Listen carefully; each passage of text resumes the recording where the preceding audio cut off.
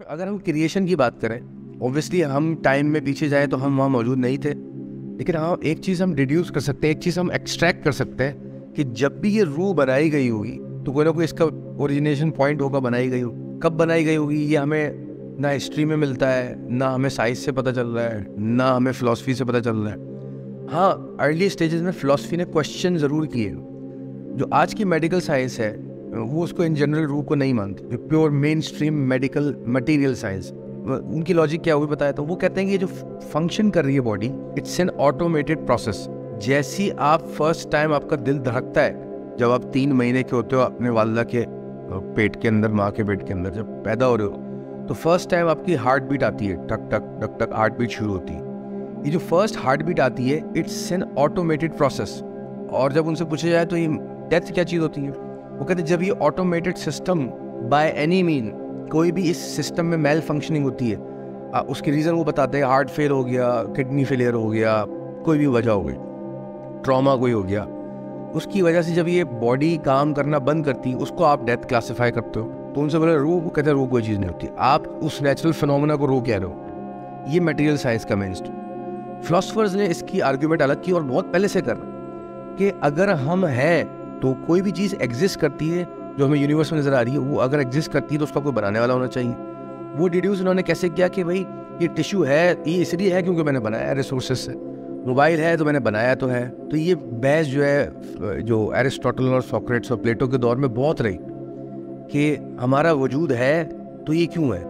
अच्छा, फिर ये भी क्वेश्चन उन्होंने बहुत उठाया कि जब मैं ये जुमला बोलता हूँ कि यार मैं सोच रहा हूँ कि मैं जाना शाम में चला जाता हूँ फला लेक्चर अटेंड करने, तो मैं सोच रहा हूँ, तो ये बोल कौन रहा है? जो इनर मी है और ये आउटर मी है, और मैं अपने आप से बात कर रहा हूँ यार सलमान एक काम करना, तुम ये काम कर दो। तो ये जो बोल रहा है कि सलमान एक काम करना, तो सलमान से बात कर रहा, तो ये जो बोल रहा है ये कौन है? 2 मीज़ नज़र आ रहे हैं अंदर, एक सेल्फ, जिसको आप आज के रूहानी टर्म्स में जो बाबाओं जो मार्केट वाली रूहानी चल रही है उसमें आपको कहते हैं हमजाद से बात कर रहा है इंसान। तो फिलोसफर्स ने इस क्वेश्चन को बहुत एड्रेस किया कि मी एंड माई सेल्फ ये क्या है। तो वहाँ पर उन्होंने कहा कि एक इनर बीइंग है जो आपके आउटर बीइंग को एनर्जाइज कर रही है, उसको उन्होंने सोल का वर्ड टर्म किया। फिर अब आप आते रिलीजन ने क्या हमें बताया। जितने भी रिलीजन्स आपको अर्थली मिलते हैं, डिवाइन रिलीजन, बाइबल उठा लें, जुडाइज्म उठा लें, और इस्लाम और बुद्धिज़्म और हिंदुज़म, ये मेन स्ट्रीम 5 रिलीजन है दुनिया में इस वक्त। तो इनकी आप स्क्रिप्चर्स उठाएं तो यहाँ पे आपको इशारे मिलते हैं। जैसे मैंने लास्ट टाइम कुरान की रेफरेंसेस दी थी कि हमने आपको रूह का कलील दिया, और जब तुम मर जाते हो तो तुम्हारी रूहें जब्त कर ली जाती हैं, और जिन लोगों की वापस भेज दी जाती हैं वो उड़ जाते हैं शोभा, जिनकी नहीं भेजी जाती। फिर एक रिसर्च हुई, अगर आप जाके नेट पर सर्च करना चाहें, कि कई 100 लोगों का जब वो मरने के करीब थे, डेड बेड पे थे, उनका वेट किया गया बहुत बारीक मिली ग्राम्स के अंदर, और जो उसके बाद वो जब वो मर गए, डेड बेड पे थे, मर गए, डिक्लेयर डेड हो गए, तो फिर उनका वेट किया गया। तो ऑलमोस्ट 70% जो लोग थे उनके अंदर जो एवरेज वेरिएशन आई वेट की फ़ौरन मरने के बाद और मरने से पहले, वो 20 to 26 ऑन्स थी। और वो स्टडी इसलिए की गई थी कि रूह का कोई, तो क्योंकि रूह बहुत लाइट मटेरियल से बनी होती, जो हम अभी आगे डिस्कस करेंगे, तो एक स्टडी ये भी मिलती है आपको। पर रिलीजन ने कहा एक और इशारा देता है हमें, कुरान देता है और बाइबल भी देती है सेम इशारा, कि जब तुम्हें बनाया गया रूह की शक्ल में, तो क्या तुमसे मैंने पूछा नहीं था मैं तुम्हारा रब हूँ? वो एक इवेंट की बात कर रहा है क्रिएटर जो है हमारा। बाइबल में भी ये इशारा है, सेम सिमिलर वाक्य in different words, and Quran में भी सिमिलर वाक्य डिफरेंट वर्ड। तो तुम सब ने यह आवाज़ होकर कहा कि बेशक तो हमारा रब है। आप सबको याद है, आपने सब किया था।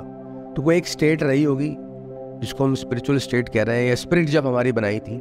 रिलीजन के इस मिथ को या इस सीक्रेट को अनलॉक कैसे किया जाए? ठीक है जी, सुन लिया हमने, बिलीव कर लिया, कुरान में लिखा है, लेकिन हाउ वुड आई बिलीव? मैं कैसे यकीन करूँ ये हुआ है?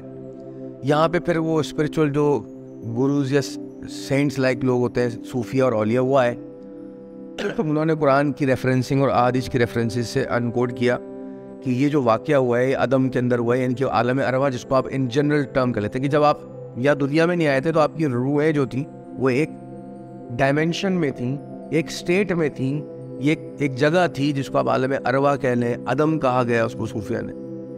वहाँ पे आपसे सारा ये वादा और सब कुछ हुआ था।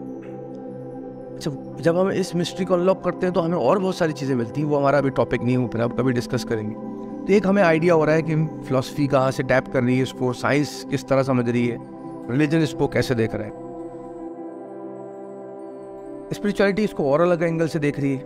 वो कहती है ये जो रूह है ना, ये इसकी डिटेलिंग ठीक है आप लॉजिकल प्लेन पे कर लें कि ये मटेरियल किससे बना हुआ है, ये किस तरह ट्रैवल करके आई, आपको क्रिएट किया गया तो आपसे वादा वगैरह लिया गया, अदब में रखा गया, फिर आपको दुनिया में भेजा गया तो आप बॉडी की फॉर्म में मैनिफेस्ट कर गए। जैसे ही आप बॉडी में आए, रूह जब बॉडी में आई तो वो अपने आप को पहचानने लगी, द इनर मी, और वो बिहेव किस तरह कर रही है, उसके लेवल्स क्या है, वो सब हम अभी डिस्कस करेंगे। लेकिन उन्होंने एक और बड़ी डिफरेंट, सूफिया ने जो एरिया था ना वो टैप किया कि उन्होंने कहा ये रूह जो है बेसिकली एक ऑर्डर है गॉड का। कुरान में अमर भी कहा गया अल्लाह का, अमर रब्बी भी कहा, कहते हैं ऑर्डर है।